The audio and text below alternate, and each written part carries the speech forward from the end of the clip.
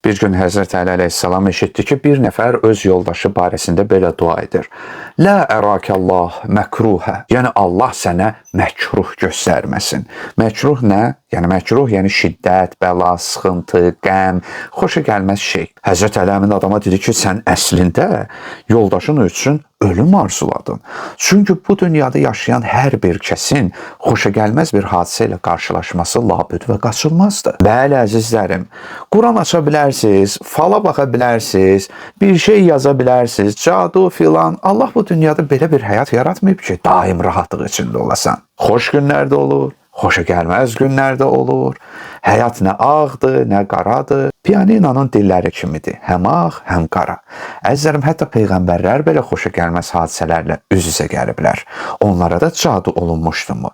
Ona görə də deyiblər ki, demə ilahi, məni problemdən uzaq tut. Əbəs duadır.